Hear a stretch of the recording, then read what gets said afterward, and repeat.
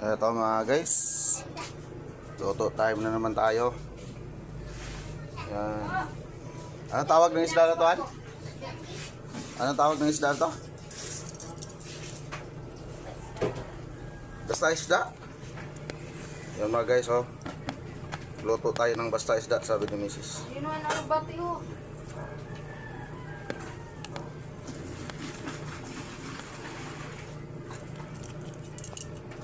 Sana.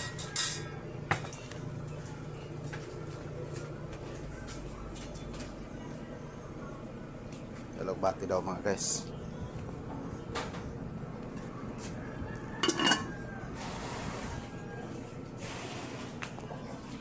Ito pala. Alugbati. Haluan natin ng alugbati. Ang ating tinulang isda mga